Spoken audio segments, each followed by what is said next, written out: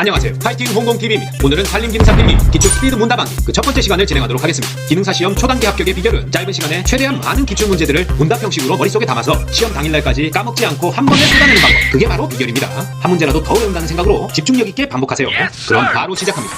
발화율 90%, 고사율 10%, 순양률 80%일 때 종자의 효율을 물었죠? 종자의 효율은 순발력이다. 순양률 곱하기 발화율, 종자의 효율 순발력. 순양률 80% 곱하기 발화율 90% 하면 0.8 곱하기 0.9죠. 0.72, 72%가 종자의 효율입니다. 종자의 효율은 순양률 곱하기 발화율, 순발력이다. 산벌 작업의 특성에 대한 설명으로 가장 옳은 것은 산벌 작업은 비교적 짧은 기간 동안에 몇 차례로 나누어서 베어내고 마지막에 모든 나무를 벌채해서 숲을 조성하는 방식이죠. 산벌 작업에는 3단계가 있다고 했죠. 예비벌, 하종벌, 후벌 순서로 갱신되는 작업종. 산벌 작업이다. 산벌 작업은 음수성을 띤 수종에 알맞은 작업종입니다. 그리고 예비벌, 하종벌, 후벌 기간에 따라서 단계적으로 벌채를 해나가기 때문에 갱신이 비교적 오래 걸린다는 특성이 있어요. 그래서 2번 약간 음수성 수종에 알맞고 갱신이 비교적 오래 걸린다. 요게 산벌 작업의 특징이 되겠습니다. 갱신 짧다, 양수성 띈다. 아니고 약간 음수성을 띈 수종에 알맞고 갱신이 비교적 오래 걸리는 게 산벌 작업의 특성이 되겠어요. 다음 중 조림 수종의 선택 조건에 맞지 않는 것은 환경적으로 생육 입지에 대한 적응력이 크고 병해충, 위해에 대해서도 적응력이 큰 나무를 심는 게 좋겠죠. 적응력이 큰 나무 조림 수종으로 알맞고 성장 속도도 빠른 게 좋습니다. 하지만 가지가 굵고 길게 자라는 나무는 가지치기에 대한 소요도 많이 들고 주변 인목에 대한 생육 조건에도 악영향을 끼칩니다. 그래서 가지가 굵고 긴 나무는 조림 수종으로 적합하지 않다. 조림 수종으로는 적응력이 크고 성장 속도가 빨라야 되지만 가지가 굵고 긴 나무 선택한다. X 하셔야 돼요. 자, 다음 중 외림 작업, 외소한 나무 외림 작업으로 가장 적합한 수종은 딱 봐도 아카시 나무죠. 외소할 외, 전나무, 향나무, 가뭄비나무 모두 직경이 굵고 키가 큰 나무들입니다. 아카시 나무가 외림 작업에 적합하다. 그 밖에 리기다 소나무도 외림 작업 수종으로 적합합니다. 땔감이나 연료목으로 사용하기 위해 주로 소형재를 짧은 벌기로 길러내는 외림 작업에는 아카시 나무, 리기다 소나무 적합하다. 우리나라 산림대를 구성하는 요소로서 일반적으로 북위 35도 이남, 평균 기온 14도 이상 되는 지역의 산림대는 우리나라 산림대 북위 35도 이남, 평균 기온 14도 이상이다. 난대림 찾으십시오. 우리나라 산림대 북위 35도 이남, 평균 기온 14도 이상이다. 난대림에 속합니다. 전라남도, 경상남도가 난대림에 속해요. 열강거리 1m,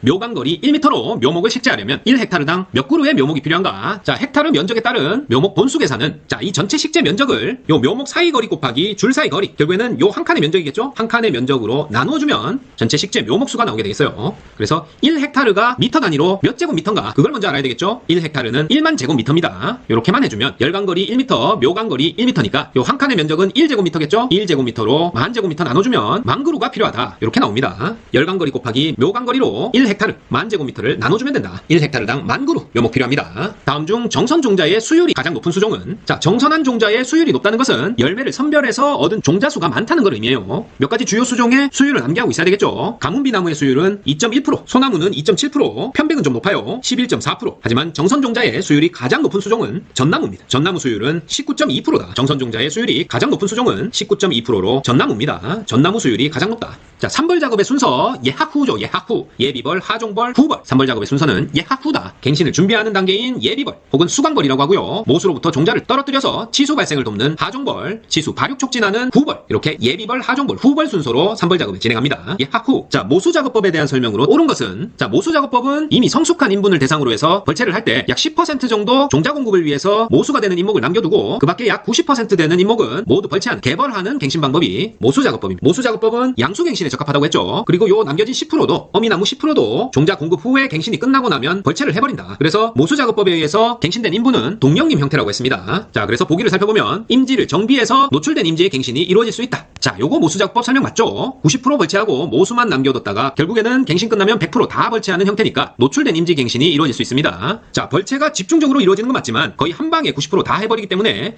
경비를 절약할 수 있습니다. 경비가 많이 든다? 요게 틀렸다. 자, 모수 작업은 10% 모수만 남겨뒀기 때문에 모수에서 떨어진 종자가 멀리 날아갈 수 있도록 비산 능력을 갖춰야 됩니다. 그래서 종자의 비산 능력 갖추지 않은 수정도 가능하다. 틀렸다. 또한 임지가 노출되기 때문에 토양 침식과 유실의 우려가 있습니다. 모수 작업법. 토양 침식 우려, 유실 우려 거의 없다. 틀렸다. 모수 작업법도 노출된 임지 갱신에 이루어질 수 있다. 요게 옳은 답이에요. 남겨지는 수목인 보잔목의 종자가 가벼워서 잘 날아갈 수 있는 수종에만 적용된다. 작업이 간단하고 경제적이다. 자, 노천 매장법 중 파종하기 한 달 전쯤에 매장하는 것이 발화 촉진에 도움을 주는 수종은 노천 매장법이다. 파종하기 한 달 전쯤에 매장한다. 측백나무 찾으세요. 노천 매장법 중에 시간에 파종하기 한 달 전쯤에 매장해서 발화가 촉진될 수 있도록 도와줘야 되는 수종은 칡백나무입니다. 칡백나무를 비롯해서 소나무, 낙엽송, 가문비나무는 노천 매장 시 파종하기 한 달 전쯤 매장해서 발화 촉진에 도움을 주는 게 좋다. 자, 묘목 뿌리가 2년생, 줄기가 1년생. 어떻게 나타내죠? 자, 분수로 나타내서 아래쪽에는 뿌리, 위쪽에는 줄기로 나타내면 되겠죠. 그냥 생긴 모양대로 나타내준다. 뿌리가 2년생, 줄기가 1년생. 삼목묘의 연령 표기는 2분의 1묘로 나타냅니다. 3번이 정답이다. 자, 밝은 촉진제로 쓰이는 식물성 호르몬제다. 나프탈렌 아세트산 NAA 찾으십시오. 밝은 촉진제로 식물성 호르몬제는 나프탈렌 아세트산 NAA다. 요건 나프탈렌 초산이라고도 불러요. 그 밖에도 인돌 부틸렌산, 인돌 초산, 루톤 등이 밝은 촉진제로 쓰이죠. 자, 하지만 지베렐린은 줄기 신장과 개화 시기에 관여하는 생장 조절제고요. AMO 1618은 생장 억제제다. 그리고 4번의 수산화나트륨은 가성소다라고도 부르죠. 중화제입니다. 산성을 중화시키는 중화제가 수산화나트륨, 밝은 촉진제는 나프탈렌 아세트산 NAA, 인돌 부틸렌산, 인돌 초산, 루톤 등이 있다. 어미나무를 비교적 많이 남겨서 천연갱신을 통해 후계림을 조성하되 어미나무는 대경제 생산을 위해서 그대로 두는 작업종은 자, 바로 어미나무를 잔존시킨다. 보잔목 작업입니다. 어미나무를 유보해서 잔존시키는 작업이다. 보잔목 작업이 어미나무 남겨서 지름이 굵은 대경제 생산을 위해서 그대로 두는 작업종입니다. 보잔목 작업. 그루터기에서 발생하는 맹화를 이용한다. 바로 나와야죠. 외림 작업이죠. 그루터기 맹화 이용한다. 외림 작업. 그루터기에서 발생하는 맹화를 이용해서 후계림을 만드는 작업을 외림 작업이라고 합니다. 외림 작업은 그루터기 맹화로 갱신한다. 자, 데라사키식 감벌에 있어서 감벌량이 가장 적은 방식은 자, A종에서 D종으로 갈수록 점점 더 많이 베어내죠. A종 감벌 방식이 불량목과 고사목만 제거해주는 하층 약도 감벌이다. 데라사키 감벌에 있어서 감벌량이 가장 적은 방식은 A종 감벌이다. 4근목과 5근목만 전부 배치하고 주요 잎목에는 손대지 않는 게 A종 감벌입니다. 일본 이깔나무 1-1묘 산출 시 근원경의 표준 규격은 자, 요건 그냥 암기하는 게 좋습니다. 우리가 각 수종마다 근원경 표준 규격 다 암기할 수 없기 때문에 기출에 나온 것만 외운다. 일본 이깔나무 1-1묘 가장 밑동에서 잰 근원경의 표준 규격은 6mm 이상입니다. 일본 이깔나무 1-1이다. 근원경 6mm 이상이다. 일본 이깔나무 파종상에서 1년, 판가리상에서 1년, 표준 규격 6mm 이상으로 봅니다. 뭐가? 일본 이깔나무. 자, 지력을 향상시키기 위한 비료목으로 적당하지 않은 것. 자, 비료목의 종류는 요 아래 암기법으로 외웁니다. 아자, 칡, 사보소, 아까시나무, 자귀나무, 칡, 쌀이나무, 보리수나무, 오리나무, 소기나무다. 아자, 칡, 사보소. 비료목입니다. 비료목의 종류는 아자, 칡, 사보소, 아자, 칡, 사보오, 오리나무 있고요. 아자, 자 있죠? 자귀나무, 칡, 사보소, 소기나무 모두 있고 갈참나무는 비료목 아니에요. 지력을 향상시키기 위한 비료목에는 아자, 칡, 사보소 벌써 외워지셨죠? 자, 묘목 가식에 대한 설명으로 옳지 않은 것은 가식할 때는 동해에 약한 어린묘, 유묘는 흙이나 낙엽, 거적 등을 덮어서 추위를 견디도록 우음가식을 하고요. 비가 올 때는 가식하는 것을 피하는 게 좋습니다. 비 올 때는 가식하지 않는다. 그리고 선묘해서 결속된 묘목은 즉시 가식해야 된다. 이것도 맞습니다. 묘목을 선별해서 결속해도 묶어둔 묘목은 즉시 가식하는 게 좋습니다. 하지만 지제부를 낮게 묻어서 이식이 편리하게 한다? 자, 요게 틀렸어요. 지제부라는 것은 토양과 줄기의 경계 부분인데요. 요 낮게 묻는다는 말이 얕게 묻는다는 말이에요. 약하게 묻어서 이식이 편리하도록 한다? 틀렸고 최소 10cm 이상 묻는 게 좋습니다. 묘목 가식할 때 지제부를 낮게 묻는다? 틀렸다. 또한 낙엽수의 경우에는 묘목의 2분의 1 이상이 묻히도록 합니다. 얕게 묻으면 안 되고 10cm 이상 제대로 묻고 밟아주는 게 좋습니다. 자, 산벌 작업 과정에서 모수로 부적합한 것을 선정해서 이를 벌채하는 작업은 이 예비벌에 속하죠. 산벌 작업은 예하후, 예비벌, 하종벌, 후벌로 나누고 모수에 부적합한 것을 선정해서 벌채한다. 예비벌 단계에서 합니다. 겉시식물에 속하는 수종은 자, 바로 나오죠. 은행나무죠. 겉시식물, 은행나무, 밤나무, 가시나무, 신갈나무 다 속시식물입니다. 보통 겉시식물은 침엽수고 속시식물은 대체로 화렵수입니다.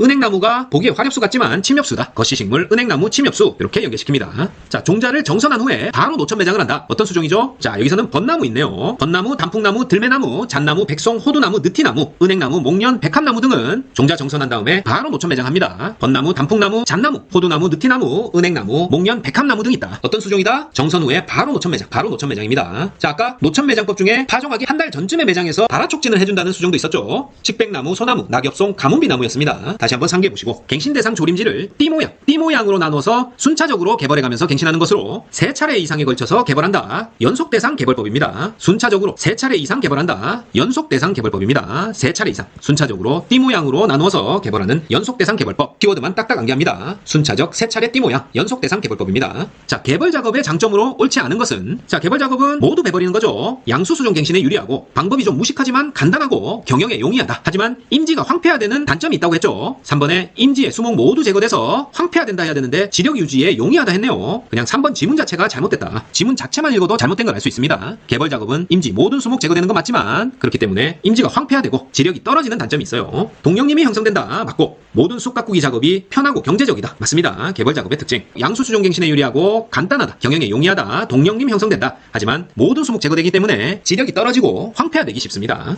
자, 매년 결실하는 수종은 여기서는 오리나무죠. 오리나무, 버드나무, 포플러류는 매년 결실 맺는 수종이고 소자, 아까시나무, 소자, 안은 경년 결실 맺는 수종이에요. 오리나무, 버드나무, 포플러류 매년 결실 맺고 소나무, 자작나무, 아까시나무 경년 결실 맺는다. 자, 모수작업법에 대한 설명으로 옳지 않은 것은 아까 한번 설명했었죠? 90%, 10%, 90% 베어내고 10% 모수 남겨둔다. 양수수종갱신에 유리하고 작업 방법이 용이하고 경제적인 것도 맞습니다. 그리고 소나무 갱신에서 치수가 발생하면 풀베기를 해줘야 된다. 이것도 맞아요. 그런데 작업 후 낙엽층이 손상되지 않도록 주의한다. 자, 낙엽층 손상을 우려하는 것은 음수수종 갱신일 경우에 그래요. 모수작업법은 양수수종 갱신할 때죠. 낙엽이 많이 덮여있는 축축한 음지를 선호하는 음수갱신에서 낙엽층 손상에 주의해야 되지만 모수작업법 같은 양수수종 갱신에 쓰이는 갱신법인 경우에는 낙엽층 손상 주의해야 된다. 요보기가 부적당합니다. 자, 파이토플라스마에 의해서 발병하지 않는 것은 파이토플라스마 뽕오대, 벚나무 빗자루병, 짜낭균에 의해서 발병하죠. 파이토플라스마는 뽕나무 오갈병, 오동나무 빗자루병, 대추나무 빗자루병, 뽕오대다. 벚나무 빗자루병은 짜낭균에 의해서 발생합니다. 자, 소나무 좀에 대한 설명으로 옳은 것은 소나무 좀은 건전한 나무를 가야한다. 틀렸고요. 주로 쇠약한 나무를 가야 합니다. 월동성충이 수피를 뚫고 들어가 알을 낳는다. 요게 맞아요. 소나무 좀의 월동성충은 수피를 뚫고 들어가 산란을 하게 됩니다. 1년 2회 발생한다. 주로 봄과 가을에 활동한다. 자, 소나무 좀은 1년 1회 발생하죠. 1년 1회 발생하며 주로 가을은 아니고 3, 4월에 활동합니다. 1년 1회 발생하고 3, 4월에 활동한다. 소나무 좀. 그리고 부화한 유충은 성충의 갱도와 평행하게 내수피를 섭식한다. 요것도 틀렸어요. 갱도와 평행하게가 아니라 수직 방향입니다. 수직으로 직각 방향으로 내수피를 섭식합니다. 갱도와 직각 방향으로 내수피를 섭식한다. 평행하게 틀렸다. 소나무 좀의 월동 성충이 수피를 뚫고 들어가 알을 낳는다. 요게 정답이에요. 자, 잠복기간이 가장 짧은 수목병은 잠복기간 가장 짧은 수목병 대표적으로 기억합니다. 포플러 임록병. 잠복기간이 4에서 6일로 아주 짧습니다. 포플러 임록병은 수목병 중에 잠복기간이 아주 짧다. 4에서 6일이다. 기억해 주시고 소나무 혹병의 잠복기는 약 10개월 정도 되고요. 잣나무 털록병은 3에서 4년. 아주 길다. 낙엽송 잎떨림병 1에서 2개월의 잠복기간입니다. 그래서 잠복기간 가장 짧은 수목병 포플러 임록병 찾으세요. 4에서 6일이다. 자, 요 해설에 소나무 임록병이라고 되어 있는데 소나무 혹병이죠. 이렇게 수정해 주십니다.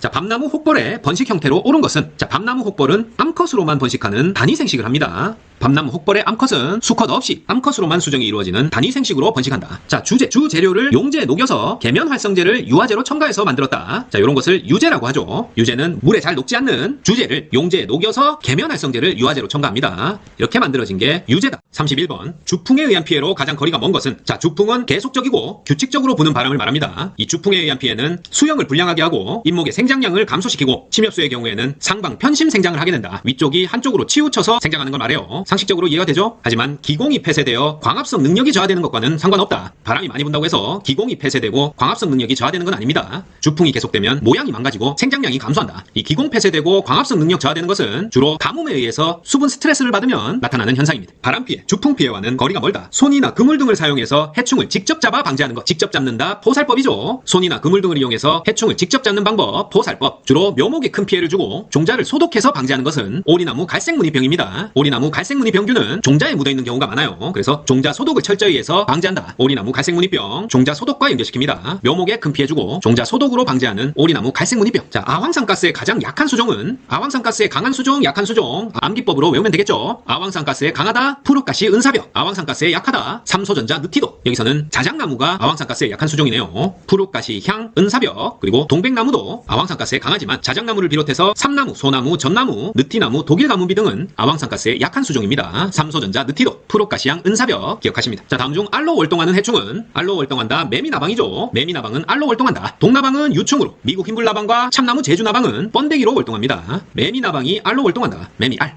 매미알 나방입니다. 우리나라에서 발생하는 상주, 서리빨에 대한 설명으로 옳은 것은 자, 상주, 서리빨 피해는 중부지방보다 남부지방에 더 잘 발생합니다. 자, 중부지방 평균기온이 높으니까 중부지방에 더 잘 발생할 것 같지만 우리나라에서 발생하는 상주, 서리빨은 한겨울보다는 2월경 온난한 남부지방에서 더 많이 발생합니다. 가벼운 황토질에서 잘 형성된다. 자, 가뭄이나 해충의 피해를 받아 약해진 나무에 잘 발생하는 병으로 주로 새로 난 신초의 침엽 기부를 고사시키는 것은 자, 문제 속에 답이 있죠? 신초의 침엽 기부, 소나무의 뾰족한 잎 끝에 잘 발생하는 병이다. 소나무 가지 끝마른 병입니다. 소나무 신초의 침엽 기부를 공격한다. 소나무 가지 끝마른뼈, 소나무 가지끝, 신초의 침엽 기부입니다. 자, 송이풀이나 까치밥나무와 기주교대를 하는 것은 잣송가죠, 잣송가. 송이풀이나 까치밥나무가 중간기주다. 잣나무 털록병입니다. 잣나무 털록병의 중간기주, 송이풀과 까치밥나무, 잣송가. 솔리폭파리에 대한 설명으로 옳지 않은 것은 자, 주로 1년 1회 발생하는 거 맞고요. 1920년대 초반 일본에서 우리나라로 침입했다. 그렇게 추정합니다. 그리고 생물학적 방제법으로 천적인 솔리폭파리, 목존볼 등의 기생성 천적을 이용해서 방제하기도 합니다. 생물적 방제법이죠. 천적 이용하는 거. 솔리폭파리는 천적인 목존볼을 이용해서 방제한다. 하지만 충형 속에서 번데기로 활동한다. 요게 틀렸습니다. 솔리폭파리 유충으로 활동하죠. 번데기 활동 틀렸다. 솔리폭파리는 유충으로 활동합니다. 자, 모잘록병의 방제법으로 옳지 않은 것은 자, 모잘록병은 과습할 때 발생한다고 했죠. 그래서 묘상을 너무 습하지 않게 배수가 잘 되도록 하고 통기성을 확보해야 된다고 했습니다. 그리고 병이 심한 묘포지에서는 돌려짓기를 해주는 게 좋다. 맞고요. 인산질 비료를 많이 주고 질소질 비료는 줄인다. 요것도 맞고 파종량을 적게 하고 복토가 너무 두껍지 않게 한다. 요것도 배수 관점에서 옳은 보기가 되겠습니다. 하지만 묘상이 과습할 정도로 충분히 수분을 보충한다. 요게 틀렸죠. 모잘록병은 과습해서 발생하는데 과습할 정도로 수분 보충한다. 당연히 틀렸다. 자, 대추나무 빗자루병 방제를 위한 약재로 가장 적합한 것은 자, 뽕나무 오갈병, 오동나무 빗자루병, 대추나무 빗자루병, 뽕오대, 파이토플라스마에 의해서 발생하는 대추나무 빗자루병은 옥시테트라사이클린 수화제 1000배액으로 희석해서 방제합니다. 옥시테트라사이클린 수화제, 대추나무 빗자루병, 파이토플라스마 요렇게 용어들을 연결시키세요.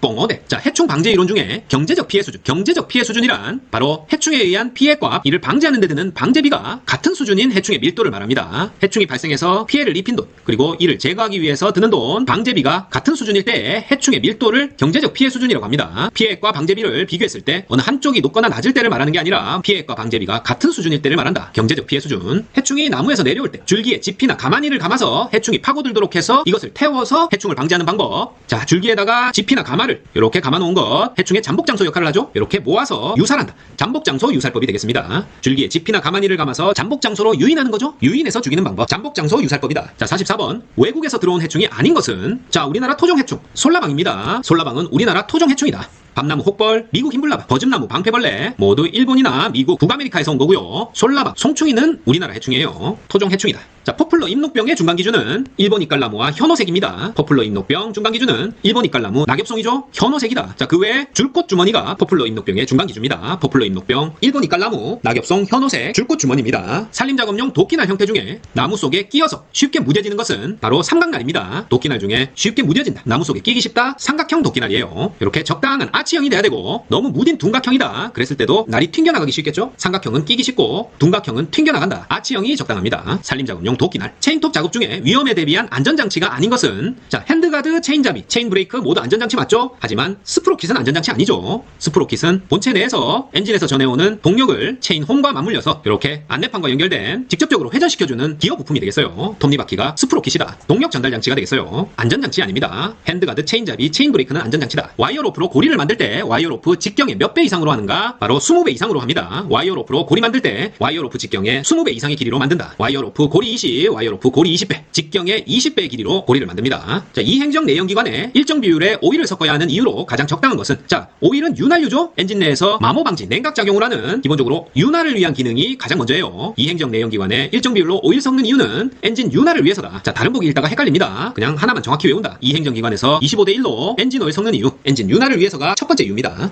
자, 스카이라인을 집재기로 직접 견인하기 어려움에 따라 견인력을 높이기 위한 가선 장비는 힐블럭입니다. 스카이라인 어렵다. 견인력을 더 높이자. 힐블럭 사용하세요. 자, 힐블럭은 일종의 도르래 장치로 스카이라인을 직접 견인하기 어려움에 따라 견인력을 높이기 위한 가선 장비다. 힐블럭. 자, 기계톱으로 가지치기를 할 때 유의사항이 아닌 것은 기계톱 가지치기 시 안내탑이 짧은 기계톱을 사용하고 작업자는 벌목한 나무 가까이 서서 작업합니다. 요거 주의한다. 위험한 거 아니야? 이렇게 생각하는데 작업자는 벌목한 나무 가까이 서서 작업하는 게 오히려 안전하고요. 벌목한 나무를 몸과 체인톱 사이에 놓고 작업합니다. 요것도 맞다. 하지만 전진하면서 작업해야지 후진하면서 작업한다 하면 틀린다. 기계톱으로 가지치기 할 때 전진하면서 작업합니다. 후진 작업 X. 내연기관 이번에는 사행정이네요. 사행정에 부착되어 있는 캠축의 역할. 자, 사행정 사이클의 특징은 이렇게 연소실 꼭대기에 두 개의 밸브가 있죠. 흡입 밸브, 배기 밸브가 있고 요 밸브들을 여닫는 장치가 바로 캠축이 되겠습니다. 캠축에 이렇게 캠이 달려 있어서 벨트로 연결돼서 흡입, 압축, 폭발, 배기 행정이 일어날 때마다 흡입공과 배기공을 열고 닫는 역할을 하는 것이 캠축의 역할이에요. 그래서 4번에 흡기공과 배기공을 열고 닫는 역할을 이 캠축이 하게 됩니다. 캠축의 역할은 흡기공과 배기공을 열고 닫는 것이다. 자, 손으로 사용하는 손톱의 톱니의 부분별 기능에 대한 설명으로 옳지 않은 것은 자, 톱니 가슴은 나무를 절단하는 빠져나가는 부분이고요. 톱니홈은 톱밥이 임시로 머문 후에 빠져나가는 곳이 톱니홈이다. 그리고 톱니 꼭지선이 일정하지 않으면 톱질할 때 힘이 많이 듭니다. 하지만 톱니 등은 목재와 마찰력을 감소시키는 부분이지 쐐기 역할을 하고 크기가 클수록 톱니가 약하다? 요게 틀렸다. 톱니 등은 목재와의 마찰력을 감소시키는 부분입니다. 자, 벌목용 작업도구로 이용되는 것은 자, 바로 나왔네요. 쐐기죠. 쐐기는 벌목할 때 나무 틈에 박아 넣어서 효과적으로 그 틈을 벌릴 수 있도록 하는 도구입니다. 벌목용 작업도구에 속한다. 하지만 이식판, 식혈봉, 양날갱이는 모두 조립용 도구입니다. 쐐기가 벌목용 도구다. 자, 기계톱에 연료통 또는 연료통 덮개에 있는 공기구멍이 막혔다. 그러면 연료가 카브레터로 공급되지 못해서 엔진 가동이 되지 않습니다. 연료통에 있는 공기구멍 막히면 연료가 기화기로 공급되지 못해서 엔진 가동이 안 된다. 요게 옳은 지문이다. 연료가 새지 않는다. 틀렸고요. 연료 소모량이 많아진다. 연료 자체가 공급되지 못합니다. 소모량 많아진다. 틀렸다.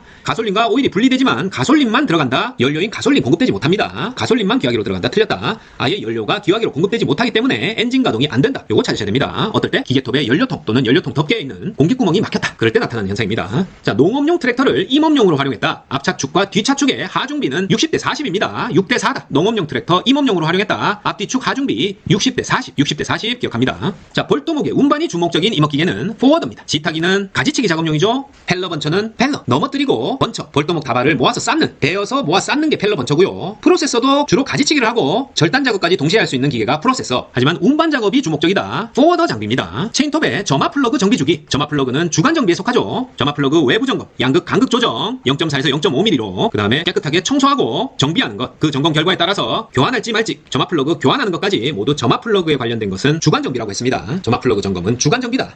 벌목 작업 시에 안전사고 예방을 위해서 지켜야 하는 사항으로 옳지 않은 것은 벌목 방향은 작업자의 안전 및 집재를 고려해서 결정하고 도피로는 사전에 결정해서 방해물도 제거해야 됩니다. 그리고 벌도 구역 안에는 반드시 작업자만 있어야 된다. 자, 상식적인 내용이죠. 하지만 조제 작업 시 벌도목의 경사면 아래에서 작업하면 깔려 죽겠죠. 조제 작업 시 벌도목 경사면의 아래에서 작업하면 위험합니다. 반드시 벌도목의 경사면 위에서 작업한다. 위에서부터 아래로 작업한다. 요렇게 돼야 됩니다. 자, 마지막 문제. 정원목 및 정원석 주위에 잇목을 휘감은 풀들을 깎을 때 잇목을 휘감은 풀, 요게 키워드죠. 잇목을 휘감은 풀들을 깎을 때 안심하고 사용 가능한 예불기의 날 형태는 바로 나일론 코드식이 적합합니다. 요 안쪽에 나일론 코드가 이렇게 똘똘 감겨 있어서 잇목을 휘감은 풀들을 때려주면서 요 잇목에는 손상을 가지 않고 휘감은 풀들은 나일론 코드로 때려서 제거할 수 있습니다. 정원목 및 정원석 주위에 잇목을 휘감은 풀을 깎을 때 돌등이 튀지 않고 안심하고 사용 가능한 예불기 날 형태 나일론 코드식이다. 자, 이상입니다. 산림기능사 필기 기출 스피드 문답암기 첫 번째 시간은 여기까지였습니다. 파이팅 공공TV 구독, 좋아요 부탁드리고 저는 다음 시간에 더 좋은 내용으로 다시 찾아뵙겠습니다. 감사합니다.